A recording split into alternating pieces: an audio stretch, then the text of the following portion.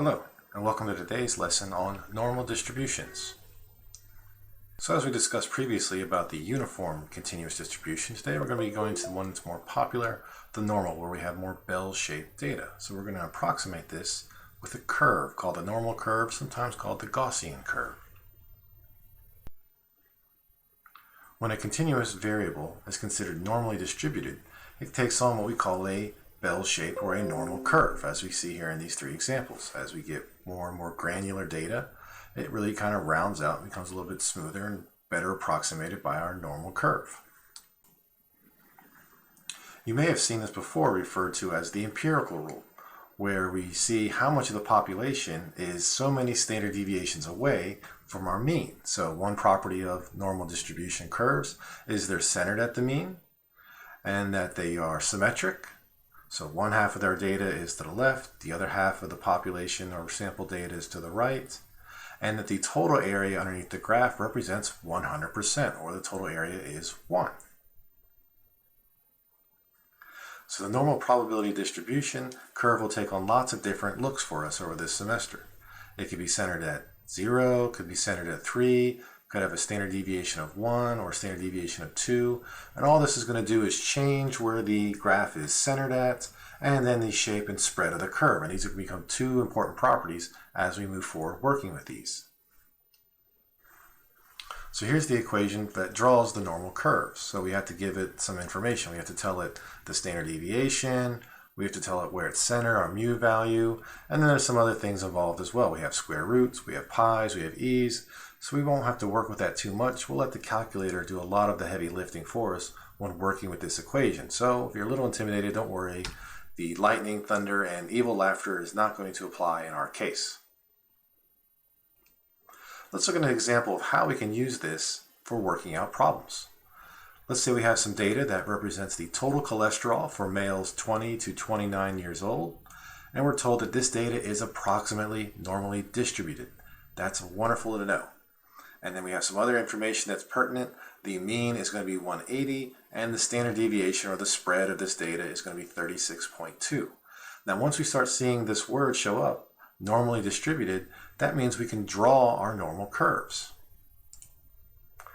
So we take our normal curve and then we'll start to fill in the data using the stuff we're given, the mean and the standard deviation.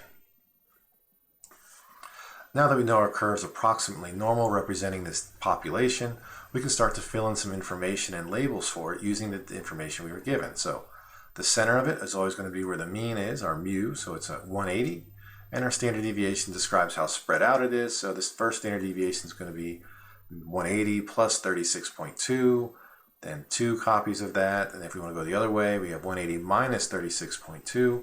So with a calculator, we can start filling in those data points, and we can keep adding the other standard deviations as needed. Now that we have our graph somewhat labeled, we can start to answer deeper questions. So let's look at this idea. An individual whose total cholesterol is greater than 200 would be someone who would be considered to have high cholesterol. What part of the graph represents the population that has high cholesterol? In other words, it's asking where on the graph is bigger than 200. So we just have to shade in where on the graph is larger than x equals 200. So we look at our graph and we have our standard deviations as kind of markers to give us an idea just to sketch it out.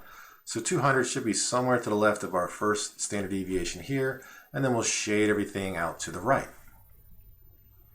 Once we have that marked, now we have an idea of where this population of high cholesterol individuals exists. Moving on, by hook or by crook, we find some more information. We're told that that shaded region, the area underneath the graph, if we filled it in with a lot of little squares, we see that that area would be equal to 0.29.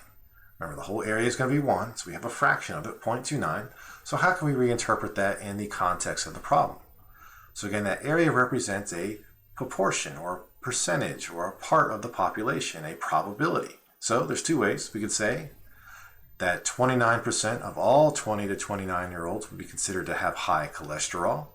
Or alternatively, we could say the chance of selecting one individual from this population who happens to have high cholesterol would be a 29% chance. We can look at it two ways, however we want to take the context of the problem.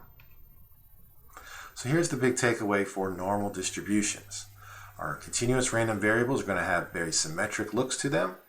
And so instead of working with all these little graphs and the discrete tables and everything, we'll just use a nice smooth curve that represents it equally.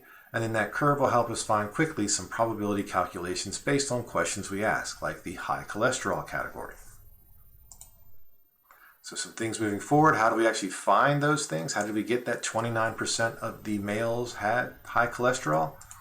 Ultimately, we could use calculus, but many of you might not have taken a calculus course, but this is one of the main takeaways of it. It specializes in finding areas underneath curves using rectangles.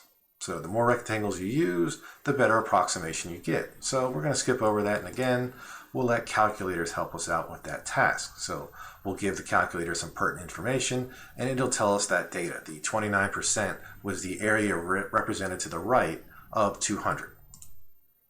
All right, so we'll go through some examples, show how to actually do this using the TI-84, and thank you for watching.